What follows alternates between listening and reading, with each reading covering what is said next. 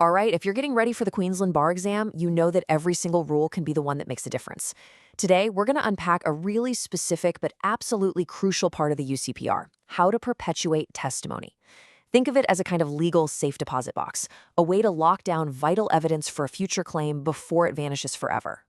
So, let me paint you a picture. It's a classic bar exam problem, right? You've got a key witness who is elderly and, frankly, in failing health. But here's the kicker. Your client's right to claim their inheritance won't even come up for years. Time is absolutely not on your side here. So, what's the plan? This is the exact kind of sticky situation that UCPR Chapter 11, Part 3 is designed to fix.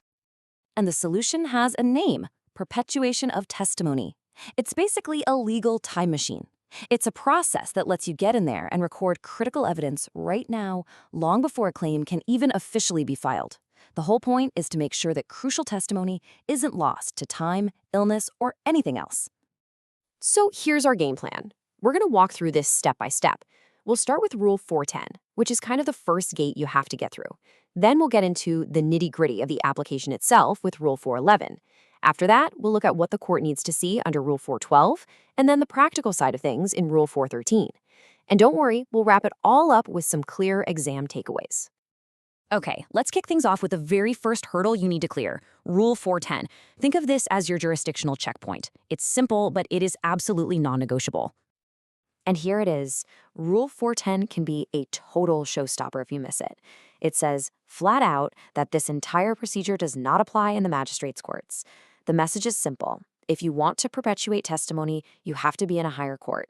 You start in the wrong place, and your application is dead before it even gets off the ground. So, you figured out you're in the right court. Great. Your next stop is Rule 411.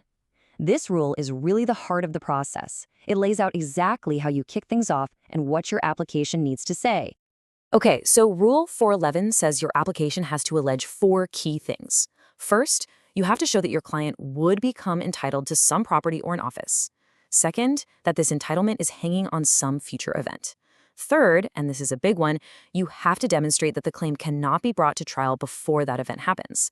And finally, you just state that you need to get evidence now that's going to be material for that future claim.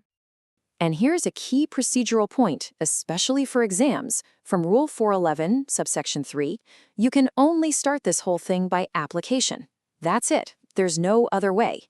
Oh, and Rule 411, subsection 4, also makes it clear that the person you'll eventually be making the claim against, well, they're the respondent in this application. All right, you've dotted your I's and crossed your T's on your Rule 411 application.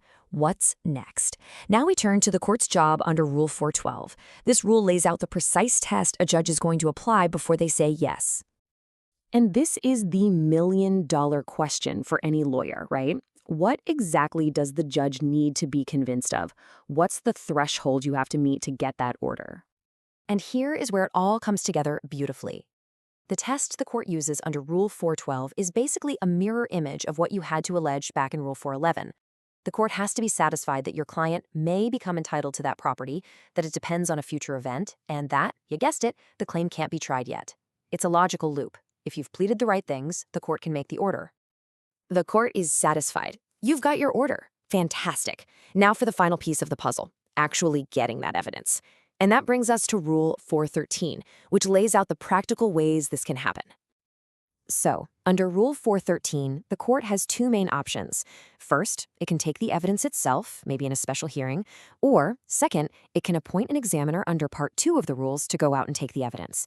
Which path they choose really depends on the case, but either way, the goal is the same. Get that testimony down on the record, safe and sound. Okay, time for a rapid-fire recap. Let's lock this in for exam day. This is your quick summary of Rules 410 through 413. Think of these as your mental flashcards. Rule 410. This is your jurisdictional gatekeeper. Super simple. No magistrates courts. It's the first check you make. Get it wrong, and you're out. Rule 411. This is the applicant's playbook. It tells you the 4 things you must allege about the future claim, and it hammers home that you can only start this process with an application.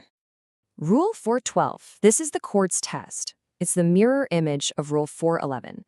The judge needs to be satisfied of the same things you just alleged. You can think of them as two sides of the same coin. They have to match up perfectly. And finally, Rule 413. These are your practical options for actually getting the evidence.